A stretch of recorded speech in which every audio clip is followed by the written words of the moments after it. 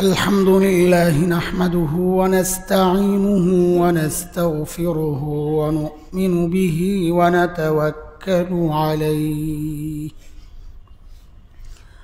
ونعوذ بالله من شرور أنفسنا ومن سيئات أعمالنا من يهده الله فلا مضل له ومن يضلله فلا هادي له وأشهد أن لا إله إلا الله وحده لا شريك له وأشهد أن سيدنا وسندنا وحبيبنا ومولانا محمدا عبده ورسوله اللهم صل على محمد وعلى آل محمد كما صليت على إبراهيم وعلى آل إبراهيم إنك حميد مجيد اللهم بارك على محمد وعلى آل محمد كما باركت على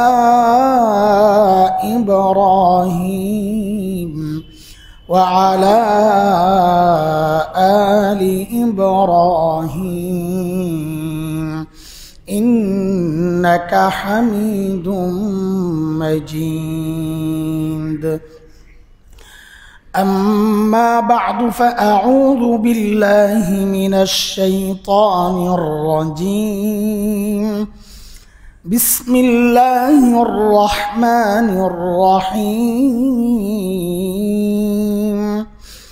قل إن كان آباؤكم وأبناؤكم وإخوانكم وأزواجكم وعشيرتكم وأموال اقترفتموها وتجارة تخشون كسادها ومساكن ترضونها أحب إليكم من الله ورسوله وجهاد في سبيله فتربصوا حتى يأتي الله بأمره والله لا يهدي القوم الفاسقين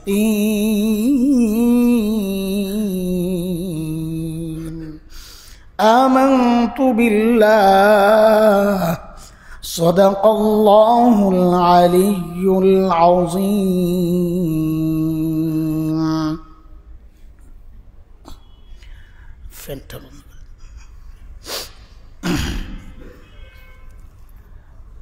محترم حاضرين গত কয়েক জুমা থেকেই আল্লাহর সাথে বান্দার সম্পর্ক জোড়া এবং বিচ্ছিন্ন হওয়ার কিছু বিষয় নিয়ে আলোচনা আমরা করেছি শুনেছি আলহামদুলিল্লাহ।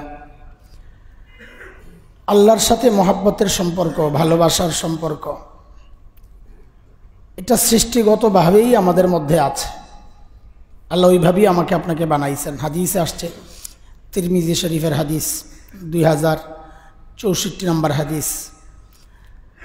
নবী আলাইহিস সালাম বলেন, কুল্লু মাউলুদিন ইউলাদু আলা ফিতরাতিল ইসলাম, প্রত্যেকটা বাচ্চাই ইসলামী চেতনা নিয়েই আল্লাহ তাআলা তাকে সৃষ্টি করেছেন। প্রত্যেকের মধ্যেই ওই চেতনা, দ্বীনি চেতনা আল্লাহ দিয়েই দিছেন। পরবর্তীতে সেটা নষ্ট হয়ে গেছে, কিন্তু মূল আছে। ওইটাকেই আল্লাহ দুনিয়ায় আমাদেরকে চান আমরা এটাকে আরেকটু শানিত করি। বান্দার যত মহাব্বত আল্লাহর সাথে, আল্লাহরও তত মহাব্বত বান্দার সাথে। বুজুর্গরা বলেন, দেখো দ্বীনের উপর চললে আল্লাহকে ভালোবাসার কারণে, আমরা দ্বীনের উপর কেন চলি? আল্লাহকে মহাব্বতের কারণে।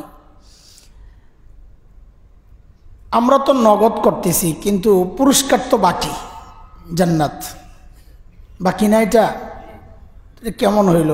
আমরা করব নগদ, পাবো বাকি। তো এর দুইটা জবাব দেওয়া হয়, একটা হচ্ছে বাকি মেনে নিয়ে, আরেকটা হচ্ছে বাকি না, নগদও আছে।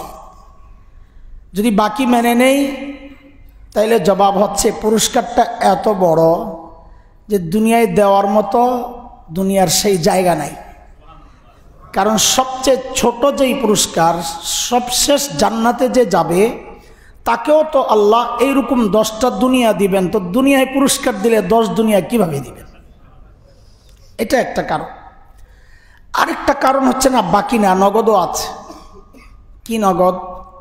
নগদ হচ্ছে আল্লাহ বলেছেন, ওমাই ইয়ারতাদ্দা মিনকুম আন দীনিহি ফাসাউফা ইয়াতিল্লাহু বিকওমিন ইউহিব্বুনাহুম ওয়া ইউহিব্বুনাহু।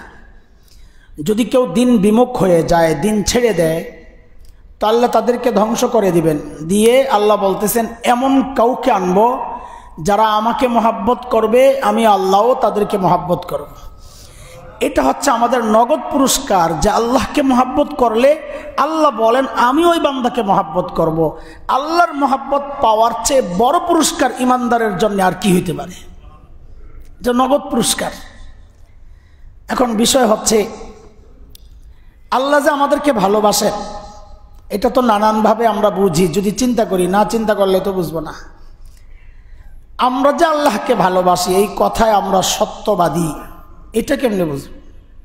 এটার প্রমাণ কি? মুখে তো বলাই যায় আমি আল্লাহকে ভালোবাসি, হ্যাঁ, কিন্তু আমার সব কিছু প্রমাণ করে না। আমি আল্লাহকে ভালোবাসি এই কথার প্রমাণ যে কোনো, এটা শুধু আল্লাহকে না, যে কেউ কাউকে যদি ভালোবাসে বলে 3টা বিষয় তার মধ্যে পাওয়া যাবে। এটা আমরা কিতাবে পড়ছি, 3টা বিষয়। এক, সে ইয়াখতারা কালাম হাবিবিহি আলা কালামি গায়রিহি। প্রথম আলামত হইল, বিষয় হলো, সে যাকে ভালোবাসবে তার সাথেই কথাবার্তা বলতে বেশি পছন্দ করবে, অন্য কারো সাথে না। আপনি দেখেন, আপনি আপনার নিজের কাছের মানুষ, মহাব্বতের মানুষের সাথে আলাপ করতে যতটা স্বাচ্ছন্দ্য বোধ করবেন, যতটা আকাঙ্ক্ষা আপনার মধ্যে কাজ করবে, একেবারে যদি আরও ভেঙে বলি, শুনতে কেমন লাগে? বাচ্চারা কারো সাথে যদি কারো প্রেম থাকে, তো তার সাথে একটু কথাবার্তা বলতে তার যে আগ্রহটা থাকবে, আপনি বলেন অন্যের সাথে কথা বলতে অতটা আগ্রহ থাকবে? কেউ যদি মনে করে আমি আল্লাহকে ভালোবাসি, যদি দাবি করে, প্রমাণ কি? প্রমাণ হইল যে তখন সে শুধু আল্লাহর কালামকেই ভালোবাসবে, অন্য কারো সাথে কথাবার্তা তার ভালো লাগবে না। সে অন্য কিছু পড়ার চেয়ে কোরআন তিলাওয়াতে বেশি মজা পাবে, সে অন্য কিছু করার চেয়ে নামাজে বেশি মজা পাবে, সে অন্য কিছু করার চেয়ে জিকিরে বেশি মজা পাবে। কেন? কারণ এটা হচ্ছে আল্লাহর সাথে কথোপকথন। আল্লাহকে ভালোবাসি এই কথার দাবি করা মানে বুঝতে হবে যে আমার মধ্যে ওই গুণ আছে কিনা, যে আমি আল্লাহর সাথে কথা বলতেই বেশি পছন্দ করি। এই নীতিতে যদি মানদণ্ডে ধরি, তো দেখা যাবে আমি সহ প্রায় আমরা সবাই ফেল। আমরা তো কতক্ষণ তিলাওয়াতে থাকি বলেন, কতক্ষণ সেজদায় থাকি। মহাব্বতের দাবি এটা যে আমার জায়নামাজ ছাড়তে মন চাইবে না। ইমানদারের উদাহরণ দেওয়া হয়েছে এটা, আল মুমিন ফিল মসজিদ কাসামাক ফিল মা। মুমিন মসজিদের মধ্যে কেমন হবে? বলে মাছ যেমন পানির মধ্যে। মাছ পানির মধ্যে থাকলে মাছ খুব স্বাচ্ছন্দ্যে থাকে, খেলে দৌড়ায়। কিন্তু যখনই তাকে এক মুহূর্তের জন্য পানির বাইরে আনা হয়, তখন সে ছটফট করতে থাকে আবার পানিতে ফেরত যাওয়ার জন্য, অস্থির হয়। স্থির থাকে না, যতক্ষণ তার হায়াত থাকে সে অস্থির থাকে, কখন আবার পানিতে যাবে, আবার পানিতে দিয়ে দিলে আস্তে চলতে থাকে। এটা হচ্ছে মাছ আর পানির সম্পর্ক। মুনাফিকের অবস্থা বলে কাসাইদ ফিল কাইদ, পাখি যখন খাঁচায় বন্দি করা হয়, পাখি যেমন কোনো কারণে খাঁচায় ঢুকছে কিন্তু সারাক্ষণ তার অস্থিরতা থাকে কখন খাঁচা থেকে বের হবে, ঠিক মসজিদে মুনাফিকের অবস্থাও তাই, সে অস্থির থাকে কখন বের হবে। আরে এমন আল্লাহর বান্দাও দেখছি জুতাটাকে ভিতরে রাখে না, এমন জায়গায় রাখে যেন যাওয়ার সময় দেরি না হয়। বলেন অবস্থা, এই মানুষকে আপনি মুনাফিক বলবেন না কি বলবেন? যার মসজিদ ভালো লাগে না, অথচ দেখেন এটা কত বড় গুণ। হাদিসের কথা, যেই 7 শ্রেণীর মানুষকে আল্লাহ হাসরে আরশের নিচে ছায়া দিবেন, কত কত বড় নিয়ামত।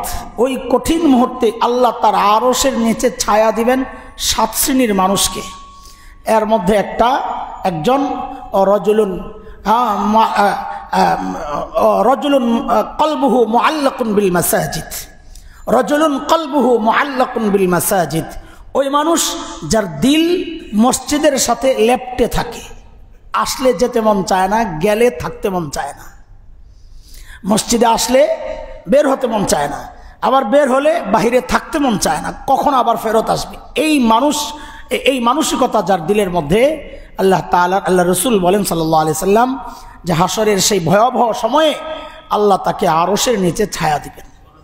তো এটা হচ্ছে এক আলামত ভালোবাসার। যে কোনো ভালোবাসা আল্লাহটা রাখেন, যে কোনো ভালোবাসার আলামত হচ্ছে যে মাহবুব তার হাবিবের সাথে, বন্ধুর সাথে কথাবার্তায় বেশি স্বাচ্ছন্দ্য বোধ করবে, আগ্রহী বেশি হবে, অন্যের সাথে না।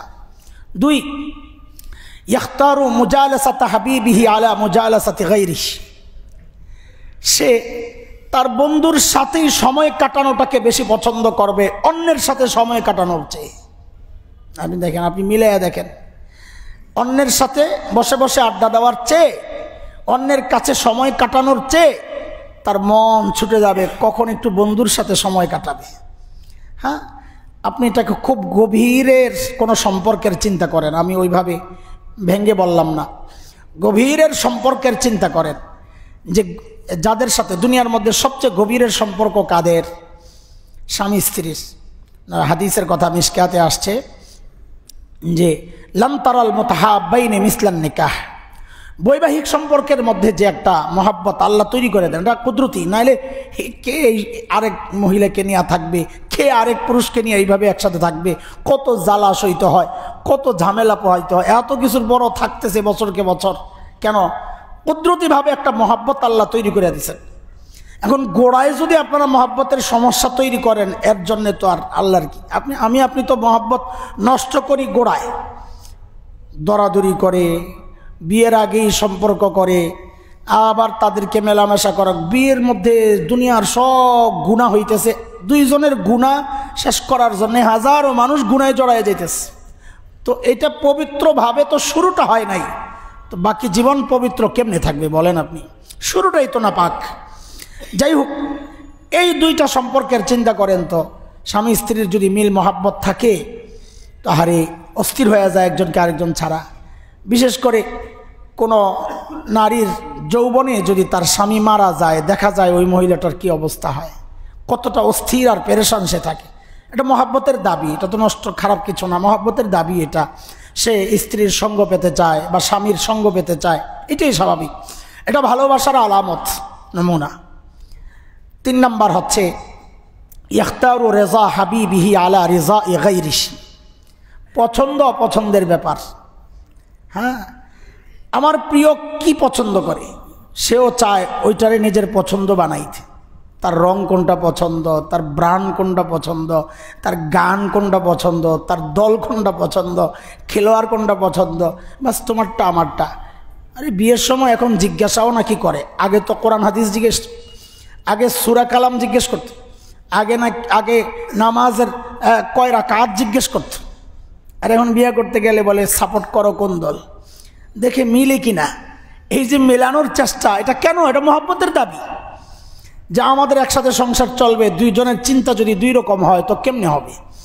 দুইজনের চিন্তা এক জায়গায় আনা যায় কিনা এটা আলোচনার মাধ্যমে হয়। অনেক সময় অনেকে ছাড় দেয়, ঠিক আছে তোমার পছন্দ আমার পছন্দ, তো ও বলে হ্যাঁ তোমার পছন্দ আমার পছন্দ, এটা মহব্বতের দাবি।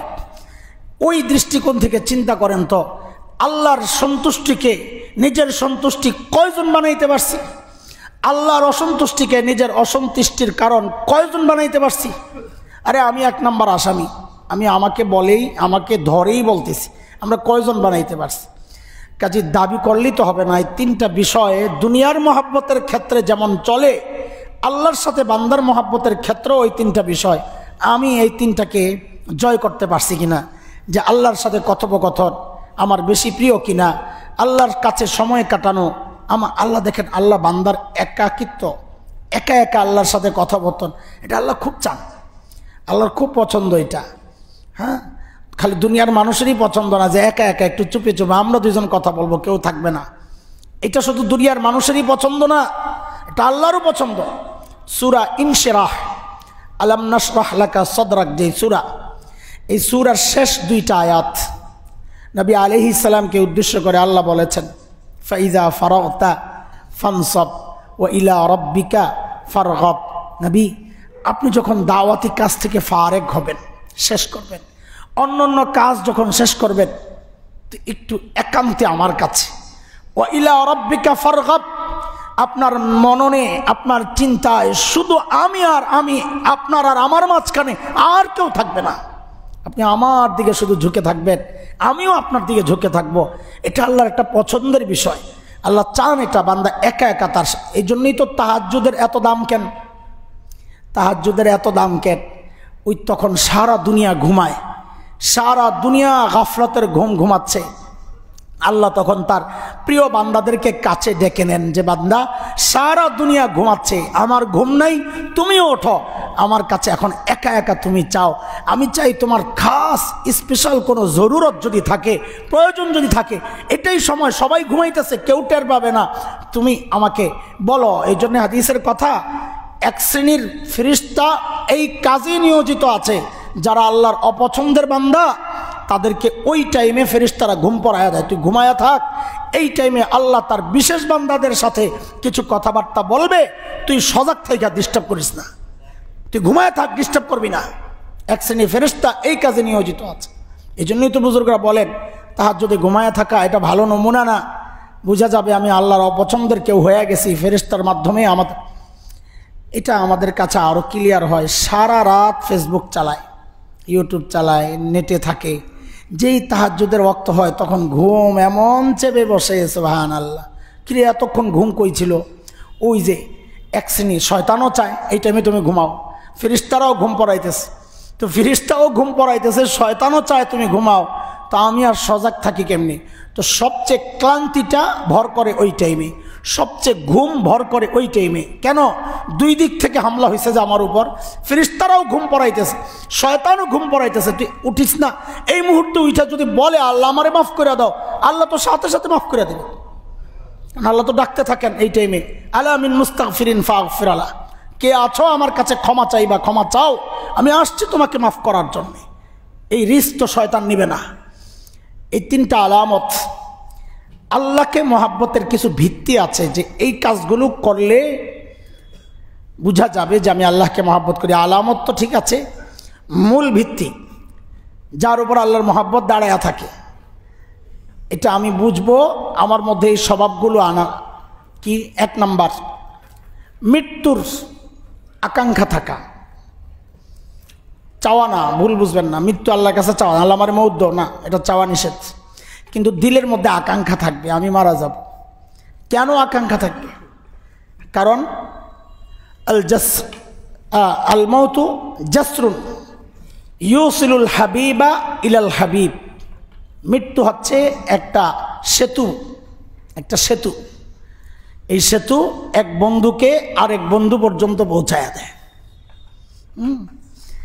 মৃত্যু ছাড়া আপনি রবের কাছে যেতে পারবেন না। তো রবের ওই মূল যে নিয়ামত রেজি আপনার জন্য রাখা পুরস্কার, এটা আপনি প্রত্যক্ষ করতে পারবেন না তো মৃত্যু ছাড়া।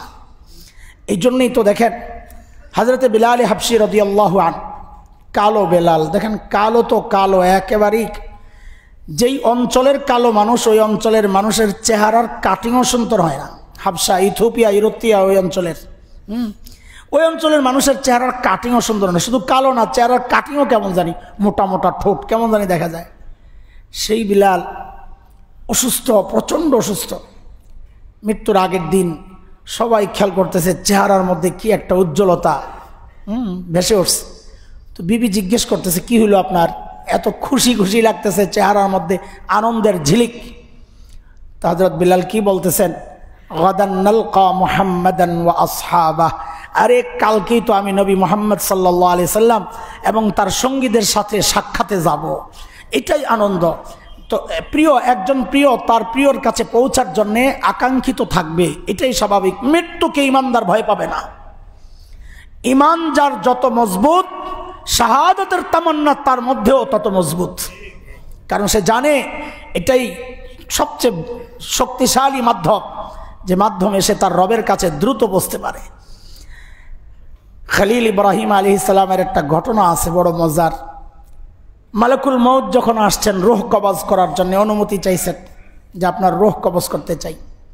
তো খলিল বলছেন মালাকুল মউত রে, আরাআইতা খলিলান ইউকবিজু রূহা খলিলি, তুমি কখনো এমন বন্ধু দেখছো যে তার বন্ধুর রূহ কবজ করে? তো মালাকুল মউত চিন্তায় পড়ে গেছে, এটা কি কথা। চলে গেছেন, যাই আল্লাহকে জানাইছেন, আল্লাহ আপনার খলিল তো এই কথা বলে, আরাআইতা খলিলান ইউকবিজু খলিল রূহা খলিলি, এমন কোন বন্ধু দেখছো যে বন্ধু তার বন্ধুর রূহ কবজ করে? তো আল্লাহ মালাকুল মউতকে দিয়া পাল্টা খবর পাঠাইয়া দিয়েছেন, তুমিও যাইয়া বলো, আরাআইতা খলিলান ইয়াকরাহু লিকা খলিলি, আপনি কি এমন বন্ধু দেখছেন যে বন্ধু তার বন্ধুর সাথে সাক্ষাৎকে অপছন্দ করে? যে বন্ধু তার বন্ধুর সাক্ষাৎকে অপছন্দ করে এমন বন্ধু আপনি দেখছেন? যে এই কথা বলছে খলিলকে তাড়াতাড়ি নিয়ে চলো, আর থাকতে চাই না। এটাই তো হবে খলিল আর হাবিবের সম্পর্ক। এক হাবিব, এক বন্ধু তার বন্ধুর সাথে সাক্ষাতে উদ্গ্রীব থাকবে, তার আকাঙ্ক্ষা এটাই হবে। ইহুদিরা মৃত্যুরে খুব ভয় পাইত। হ্যাঁ, মৃত্যু, এই জন্য আল্লাহ চ্যালেঞ্জ করছেন, তোমরা যে বলো তোমরা আল্লাহর খুব কাছের মানুষ, ফাতামান্নাউল মাউতা ইন কুনতুম সাদিকিন, যদি সত্যবাদী হও তো মৃত্যুকে তামান্না করো, আকাঙ্ক্ষা করো।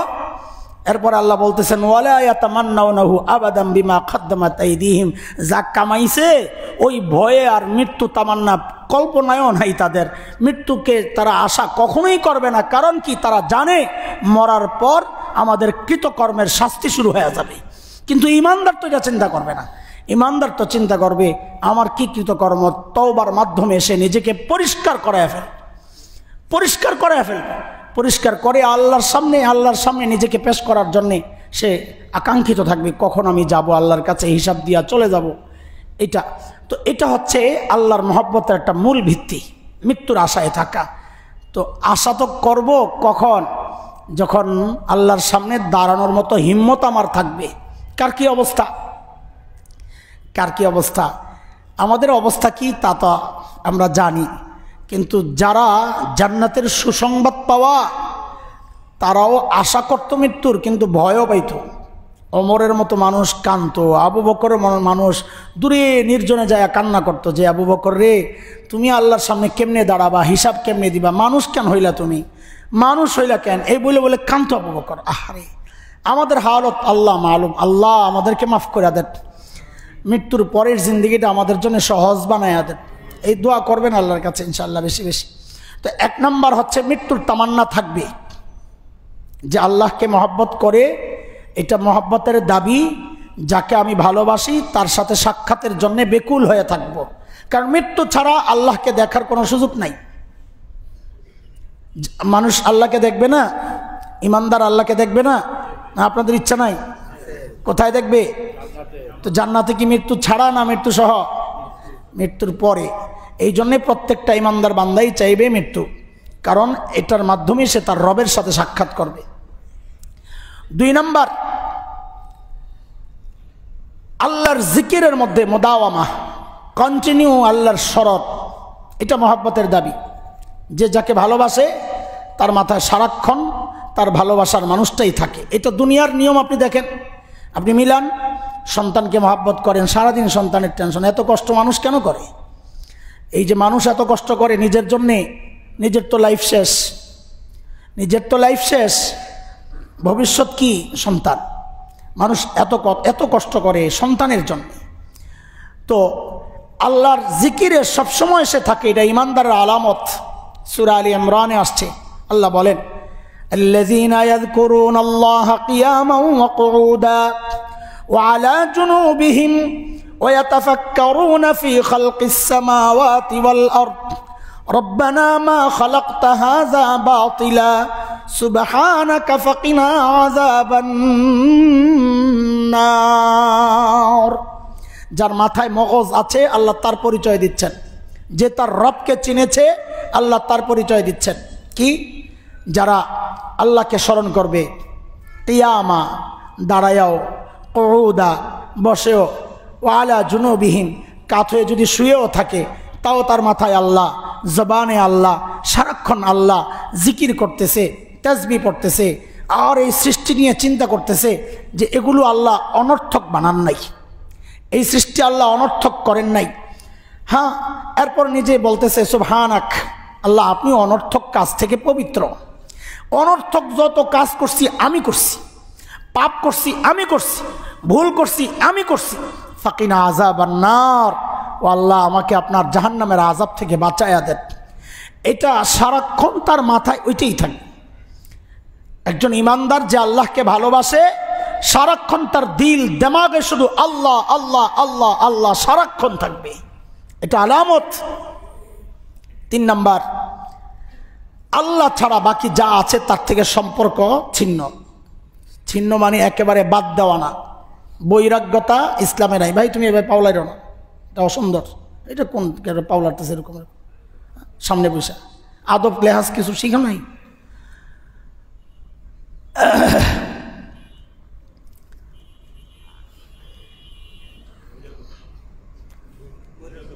হ্যাঁ, সম্পর্ক ছিন্ন করা, বৈরাগ্যতা, এটা ইসলামে নাই।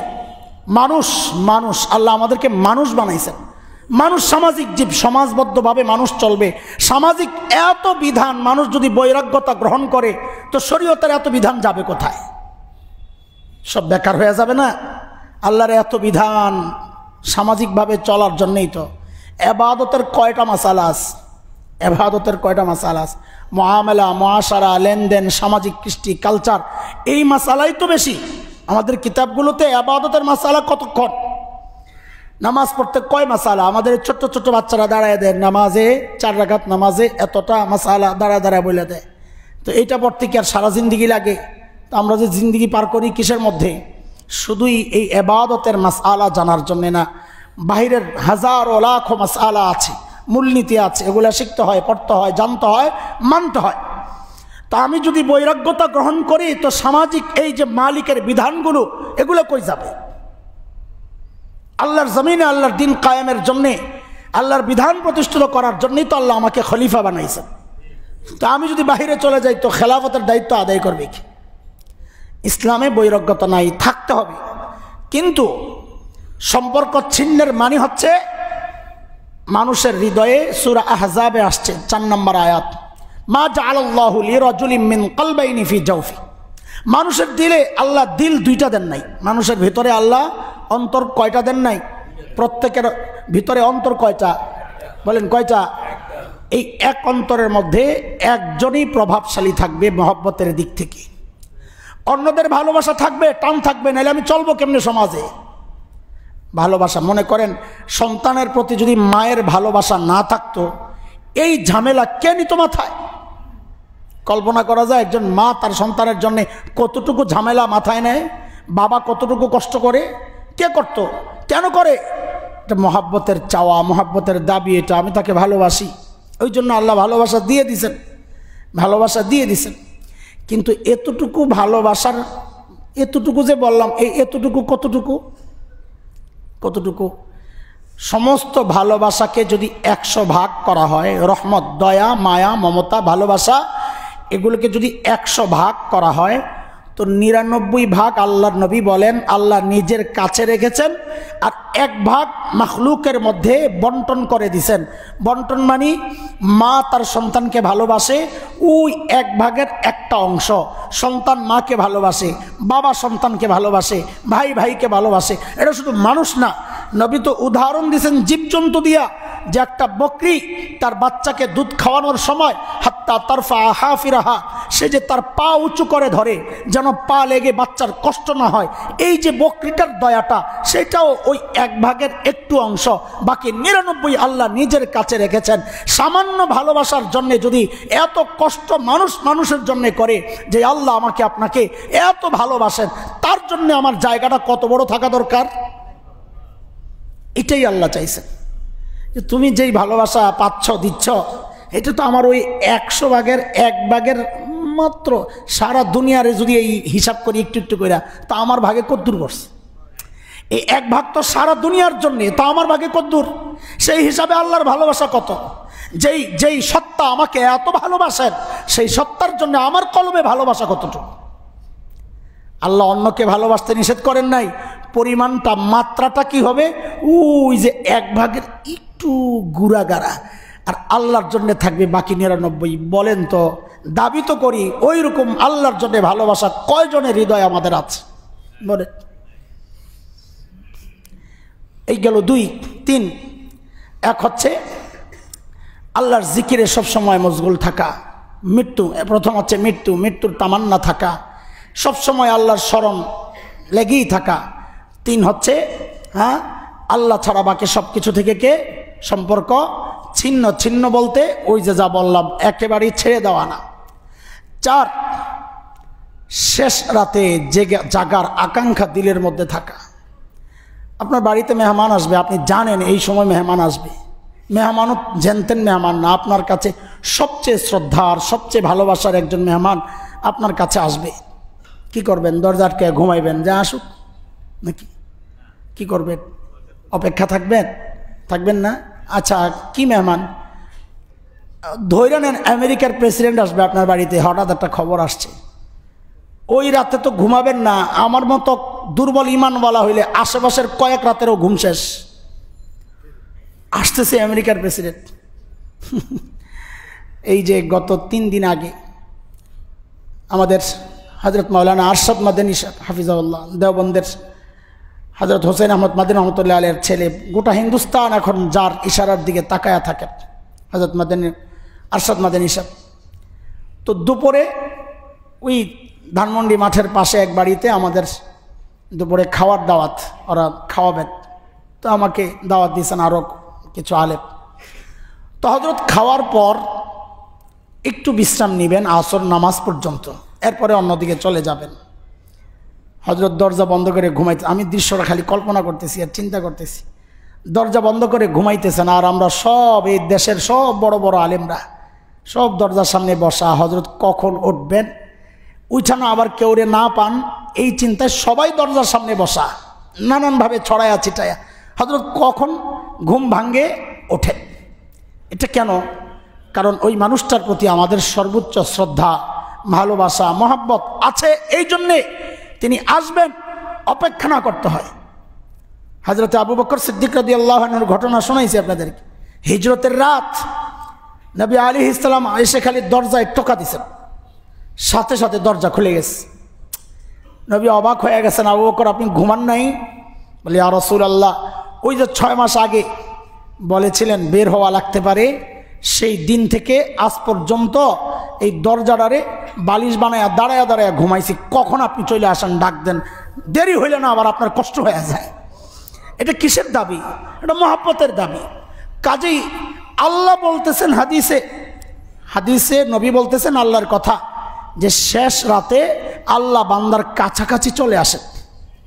আল্লাহ বান্দার কাছাকাছি চলে আসেন, এসে কি করেন? ডাকতে থাকেন, আলা আমিন মুস্তাগফিরিন ফাগফির আলা, কে কে অপরাধ করছো, গুনাহ করছো, আমি আসছি তোমাকে ক্ষমা করার জন্যে, তুমি আমার কাছে ক্ষমা চাও, আমি ক্ষমা করে দিব।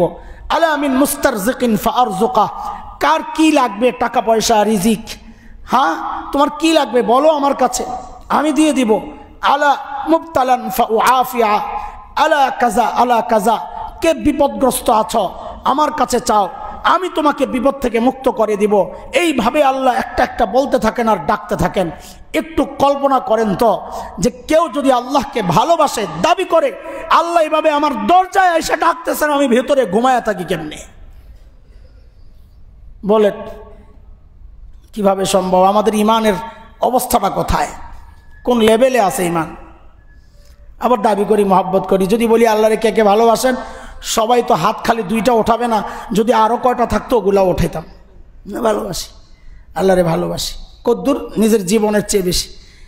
ঘুমের থেকে বেশি ভালোবাসতে পারলাম না, জীবনের চেয়ে বেশি ভালোবাসা বসলাম। আমার ঘুমটাই তো আল্লাহর মহব্বতে আমি ছাড়তে পারলাম না, আমার আরামটাই তো আমি আল্লাহর মহব্বতে ছাড়তে পারলাম না। আল্লাহকে যে ভালোবাসবে এই প্রমাণ দিতে হবে, শেষ রাতে ওঠার আগ্রহ তার থাকতে হবে, তাইলে বুঝতে হবে সে আল্লাহকে ভালোবাসে। আর না হয় এই দাবি অমূলক, খামাখাই। 5, আল্লাহর শাআইরুল্লাহ আছে কিছু, শাআইর সিম্বল। কাবা আল্লাহর শিআর, সাফা মারওয়া শিআর, এই যে দাড়ি ইসলামের শিআর, এগুলোকে শিআর বলে, সিম্বল। মসজিদ শিআর, হ্যাঁ, নবী, কিতাব, এগুলো আল্লাহর শিআর, শিআর বলে আমরা, সিম্বল। এগুলার ভালোবাসা তার দিলের মধ্যে থাকতে হবে। যাকে আমি ভালোবাসবো তার সংশ্লিষ্ট সব কিছুকেই আমি ভালোবাসবো। হ্যাঁ, কোরআনের কথা, ওমাই ইউআযযিম শাআইরাল্লাহ ফাইন্নাহা মিন তাকওয়াল কুলুব। কেউ যখন শাআইরুল্লাহকে, আল্লাহর এই সিম্বলগুলোর তাজিম যার দিলের মধ্যে আছে, সম্মান, বুঝতে হবে এটা তার অন্তরের তাকওয়া। কিছু তাকওয়া আছে লেবাসে, কিন্তু আল্লাহ বলেন অন্তরের তাকওয়া হচ্ছে এই শাআইর সিম্বলগুলোর ভালোবাসা, ইজ্জত, সম্মান তার হৃদয়ে সে লালন করে। এই জন্যই দেখেন না, আমাদেরকে অনেকে জিজ্ঞেস করে পশ্চিম দিকে পা দিয়ে শোয়া কি হুজুর জায়েজ নেই? এই মাসআলা আয়েশা জিজ্ঞেস করে কখন জানেন? যখন হজ উমরায় কোনোভাবে যদি যায়, আর যায় যখন দেখে মানুষগুলা পশ্চিম একদম কাবার সামনে, কাবার দিকে পাও দিয়া কোরআন শরীফটা পায়ের উপর রাইখা পড়তেছে, তো সে মনে করে হায় রে, এতদিন আমাদের হুজুররা আমাদেরকে কি শিখাইল? মাথা ঘুরে যায় পাবলিকের। একবার হজে গেলে আর উমরায় গেলে তার মেজাজ, মনন, চিন্তা, আকিদা, আমল সব পাল্টায়া যায়। হ্যাঁ, সব পাল্টায়া যায়। আল্লাহ, আয়সা ওই এখানে হাত বাঁধা শুরু করে, যে মক্কায় দেখছি এমনি হাত বাঁধে, জোরে আমিন বলে। এটা কি? এটা চিন্তা করে না, জিজ্ঞাসা। আমাদের দেশের এই দাওয়াতি মৌলবীরা কি জানে? ওই জায়গার বড় বড় লম্বা জুব্বা, বাপ রে বাপ, এত বড় যে মাটির সাথে গড়াগড়ি খায়, এত বড় জুব্বা পরে এরা, এত সুন্দর রুমালওয়ালা হুজুররা কম বুঝে নাকি? আমাদের এই মৌলবীরা কি বুঝে? এই চিন্তা তার মাথায় ঢুকে যায়, আইসাই উল্টাপাল্টা শুরু করে। তখন এই দিলের মধ্যে এই সমস্যা তৈরি হয়। দেখেছি আমরা, কাবার আজমত যেটা ছিল নষ্ট হয়ে যায়। আমরা পশ্চিম দিকে পা দেওয়া, আমাদের আলহামদুলিল্লাহ মানুষ নামাজ পড়ুক বা না পড়ুক, বাড়িটা বানানোর সময় ওইভাবে বানায় যেন পশ্চিম দিকে পা দিয়া সইতে না হয়। রোমটা ওইভাবেই সেটিং করে। কেন? এটা কাবার আজমত, সম্মান, মর্যাদা তার দিলের মধ্যে আছে, এটা তার অন্তরের তাকওয়ার লক্ষণ। আল্লাহ বলেছেন যার দিলে এই তাজিম নাই, সম্মানবোধ নাই, বুঝতে হবে তার অন্তরের তাকওয়ার প্রবলেম আছে। বাহিরের তাকওয়া আছে, বাহিরের তাকওয়া আছে, লম্বা জুব্বা আছে, সুন্দর দাড়ি আছে, টুপি আছে, পাগড়ি আছে, সব আছে, কিন্তু অন্তরের তাকওয়ার প্রবলেম আছে। অন্তরে যার তাকওয়া থাকবে সে এই ইসলামের যত সিম্বল আছে সব কিছুর মর্যাদা তার দিলের মধ্যে সে লালন করবে, পোষণ করবে। এটা অন্তরের তাকওয়ার আলামত, আল্লাহ বলেছেন। শেষ 6 নাম্বার, আগের 3টা বলছি আলামত, আর এই 6টা শেষ আলামত হচ্ছে, দেখেন রসুলকে আমরা ভালোবাসি আসলে কার কারণে? আসল ভালোবাসা মূলত কার? আল্লাহর। আল্লাহর কারণেই রসুলকে ভালোবাসি সাল্লাল্লাহু আলাইহি ওয়াসাল্লাম। আসলে ভালোবাসা আল্লাহ কি? আল্লাহর কারণেই আমরা রসুলকে ভালোবাসি। রসুলকে ভালোবাসি বলেই রসুলের আশপাশ ওয়ালাদেরকে ভালোবাসি। আহলে বাইতকে ভালোবাসেন না? কোন কারণে? কার কারণে? ওই জন্যই তো আশুরার সময় আমরা যে বয়ান করি, বুঝাই আপনাদেরকে। হাসান হুসেনকে ভালোবাসি কার কারণে? কার কারণে? একই ব্যক্তি যদি রসুলের নাতি না হইয়া নাউজুবিল্লাহ, আল্লাহ মাফ করুক, আমি বোঝানোর জন্য বলছি, যদি আবু জাহেলের নাতি হইতো, মুসলমান হইলেও যেমন আবু জাহেলের ছেলে ইকরামা তো মুসলমান, তার সন্তান যদি হইতো, মুসলমান হইলেও হাসান হুসাইনের প্রতি যেই ভালোবাসা উম্মতে মুসলিমার, সেই ভালোবাসা কি অন্যদের প্রতি থাকতো? মুসলমান হইলেও থাকতো না। কাজী হাসান হুসাইনের প্রতি ভালোবাসা এটা রসুলের ভালোবাসার কারণই। অথচ দেখেন হাদিস বর্ণনার ক্ষেত্রে হযরত হাসান হুসাইনের চেয়ে অন্যদের ভূমিকা আরো শক্তিশালী ছিল। হ্যাঁ, দ্বীনের খিদমতের ব্যাপারে হযরত হাসান হুসাইনের তুলনায় অন্যদের খিদমত আরো অনেক বেশি, এমন অনেক সাহাবী ছিলেন, কাউকে খাটো করছি না। হযরত হাসান হুসাইনের যে কোরবানি, এটাও কম না, অনেক বড় কথা, কিন্তু তার চেয়েও আরো বেশি কোরবানি দিয়েছেন এমন লোকও ছিল, তার চেয়ে আরো বেশি কষ্ট করছেন এমন সাহাবীও ছিলেন। তারপরেও সবার দিল পড়ে আছে কই? হাসান হুসাইনের দিকে। কেন? এটা তারা রসুলের সন্তান, রসুলের সন্তানের সন্তান, রসুলের রক্ত, আহলে বাইত। আহলে বাইত শব্দটা বললেই আমাদের হৃদয়ে ভালোবাসার তরঙ্গ তৈরি হয়। হ্যাঁ, সাগরে একটা তরঙ্গ তৈরি হয়। কেন? এটা রসুলের মহব্বত। আশপাশ ওয়ালাদেরকেও যে ভালোবাসি, হযরত সাহাবা একরামের প্রতি আমাদের কতটা দুর্বলতা, যে আমরা এত বছর পরেও তাদের দোষ কেউ বললে আমরা লাফায় উঠি, তাদের সমালোচনা কেউ করলে আমরা লাফায় উঠি। অথচ সে না আমার বাবা, না আমার দাদা, না আমার পূর্বপুরুষ, জানিও না কই কে কে কার। শুধু এতটুকু জানি যে তারা নবীর সাথে সময় কাটাইছেন, তারা নবীর ছাত্র। তো নবীকে মহব্বত করা, তাদেরকে মহব্বত করা মানে নবীকে মহব্বত করা। এখন না আছে সাহাবী, না আছে আহলে বাইত। হ্যাঁ, আহলে বাইত, এই যে হযরত মাদানী কথা বললাম, আরশাদ মাদানী সাহেব হাফিজাহুল্লাহ, তারাও হযরত হাসান হুসাইনের বংশধর, হযরত ফাতেমা থেকে আসছে, তাদের সৈয়দ, তারা সৈয়দ। দেখেন, অপ্রাসঙ্গিক কিন্তু চলে আসছে একটা বিষয়। ইসলামে বলে নারীদের সম্মান দেয় নাই। বর্তমান দুনিয়ায় মুসলমানের বিশ্বাস, এটা হাদিস অনুযায়ী, হাদিসের কারণে সবচেয়ে দামি বংশ হচ্ছে সৈয়দ বংশ, নবীর বংশ। যদিও বাংলাদেশের বহু সৈয়দ আছে, এগুলা ওদিকে না লাগাই দিছে আর কি। সৈয়দ কোন কারণে দিছে আল্লাহই জানে। হ্যাঁ, ওই যে একজনের দুষ্টামি করে বলে আর কি, সব সৈয়দ সাদা সাদা, তুই সৈয়দ কেন কালা? তুই সৈয়দ কালা হইলি থেকে বলে আর কি। আমরা যাই হোক, ওই যে সৈয়দের যে ছড়াছড়ি, এই জন্যে বলে কথাটা। তো ওনাদের আছে একদম হযরত হোসেন পর্যন্ত যায় লাগছে। সবচেয়ে শ্রেষ্ঠ বংশ হচ্ছে সৈয়দ বংশ। এটা আসছে যে কোনো ছেলের মাধ্যমে না, কোনো ছেলের মাধ্যমে না। নবী আলাইহিস সালামের উপযুক্ত কোনো ছেলেই তো ছিলেন না। উপযুক্ত হওয়ার আগে আল্লাহ সবাইকে উঠায় নিয়েছেন। ইব্রাহিম বলেন, তাহের বলেন, তৈয়ব বলেন, কাসিম বলেন, সব আল্লাহ আগেই উঠায় নিয়েছেন। নবীর বংশ যেটা পরবর্তীতে চালু হয়েছে কার মাধ্যমে? হযরতে ফাতেমার মাধ্যমে। কার মাধ্যমে? অন্য মেয়েদেরও না, কার? হযরতে ফাতেমার মাধ্যমে। মেয়ের থেকে যেই বংশ চালু হয়েছে, ওই বংশকে আল্লাহর রসুল দুনিয়ার শ্রেষ্ঠ বংশের স্বীকৃতি দিয়েছেন। এরপরও বলবেন ইসলাম মেয়েদেরকে সম্মান আর মর্যাদা দেয় না। তো কেমনে বুঝাবো আপনাদেরকে? এটা অপ্রাসঙ্গিক কথা বললাম। সমস্ত মহব্বতগুলো নবীর কারণে। এখন না আছেন নবী, না কোনো আহলে বাইত, আহলে বাইত যারা আছেন তাদেরকে আমরা ওই কারণেই ওইরকম মহব্বত করি, ওই কারণেই মহব্বত করি। হ্যাঁ, আমাদের এক বুজুর্গ বলেন যে এই যে মাদানী বংশ যারা আছে, মাদানী বংশ, এক মাদানী তো মদিনা থেকে পইড়া আসে, ওনারা না, মাদানী বংশ, সৈয়দ বংশ যারা, বলে তাদের দিকে তাকায়া থাকে আর চিন্তা করি, এই মানুষটার মধ্যে রসুলের রক্ত আছে না? যেভাবেই হোক আসছে তো এক ধারাবাহিকতায় আছে না এই মানুষটা? আমার রসুল না জানি এরকমই ছিলেন, না জানি তার রং এরকমই ছিল। হ্যাঁ, এটা মহব্বতের দাবি, ওইভাবে তাকায়া থাক। দেখেন, রসুলের রক্তের সম্পর্কের যারা, তাদেরকে আমরা যেমন মহব্বত করি, রসুলের আরেকটা সম্পর্কের কথা রসুল বলেছেন, ইন্নাল উলামা ওয়ারাসাতুল আম্বিয়া। আলেমরা হচ্ছেন নবীদের ওয়ারিস, সমস্ত নবীর ওয়ারিস। হ্যাঁ, ওয়া ইন্নাল আম্বিয়া লাম ইউয়ারিসু দিনারান ওয়ালা দিরহামা ওয়া ইন্নামা ওয়ারাসুল ইলম। হ্যাঁ, নবীরা কোনো সম্পদের মিরাজ কাউকে বানায়া যান নাই। এই জন্যই তো হযরতে ফাতেমা হযরতে আবু বকরের সাথে লড়াই বাঁধানোর চেষ্টা শিয়ারা করেছে।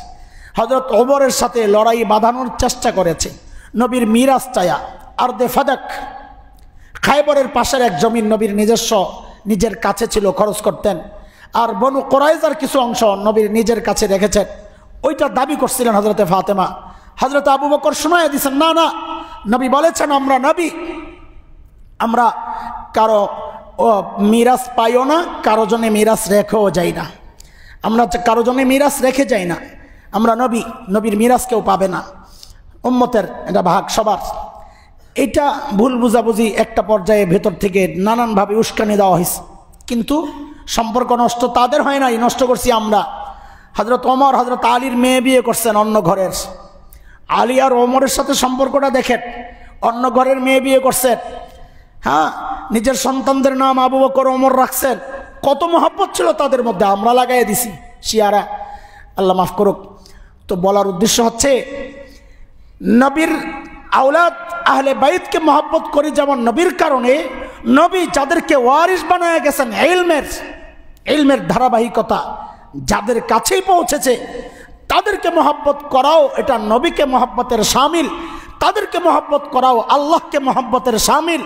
কেউ যদি বলে আমি আল্লাহকে মহব্বত করি কিন্তু আলিমকে ঘৃণা করি, কসম আল্লাহর, তার ওই দাবিটাও মিথ্যা, প্রতারণা ছাড়া কিচ্ছু না। আলিমের মহব্বত যদি দিলের মধ্যে লালন না করে তো বুঝতে হবে আল্লাহর মহব্বতে ঘাটতি আছে, এটা প্রমাণ। ভাই, সামষ্টিক বলছি, ব্যক্তিগতভাবে আপনি আমাকে অপছন্দ করতে পারেন আমার কোনো আচরণে, আমার কোনো কাজে, আলিম হিসাবে যদি আমাকে অপছন্দ করেন আপনার ঈমান চলে যাওয়ার সম্ভাবনা আছে। ব্যক্তিগত, আমার ব্যক্তিগত সম্পর্ক, আমার ব্যক্তিগত সমস্যা নিয়ে আপনি আমাকে ঘৃণা করতে পারেন, সেই সুযোগ আপনার আছে। কিন্তু আলিম হিসাবে যদি কেউ কাউকে ঘৃণা করে, অথবা সামষ্টিকভাবে আলিম সম্প্রদায়কে যদি কেউ ঘৃণা করে, এটা ভালো লক্ষণ না, এটা নিজের ঈমানের ঘাটতি, আল্লাহর মহব্বতের ঘাটতির প্রমাণ। সেই জন্য আমরা আমাদের কথা শেষ করছি, আল্লাহকে মহব্বতের দাবি যদি কেউ করে সে যেন নিজের দিলের মধ্যে আলেমের মহব্বত লালন করে, ঘৃণা যেন লালন না করে। আল্লাহ তাআলা এইরকম ভয়ঙ্কর মনোভাব থেকে আমাদের সবাইকে হেফাজত করেন। একটা এলান শুনি, দিন ছোট হয়ে গেছে, আপনারা তো বাড়ি চলে যান, আমার তো বসে থাকতে হয় এখানে, পরে দেখি কিছু সময় পর আসরের আজান দিবে, এত ছোট হয়ে গেছে। এই জন্য আমরা সকালটাকে একটু ছোট করি, বিকালটারে আর একটু বড় করি, আপনাদেরও সুবিধা হয়। মুরব্বীরা আমাকে জানাইছিলেন শীত যতদিন চলবে আর কি, এই টাইমটা আমরা বয়ান নামাজ 10 মিনিট আগায়া নিচ্ছি আমরা ইনশাআল্লাহ। 1:20, এখন তো 12:30টায় বসি, 12:20 বসে যাব, যেন আমরা একদম সব 1টায় খুতবায় দাঁড়াইতে পারি, 1:30টার মধ্যে যেন নামাজ আমরা ক্লোজ করতে পারি ইনশাআল্লাহ তাআলা।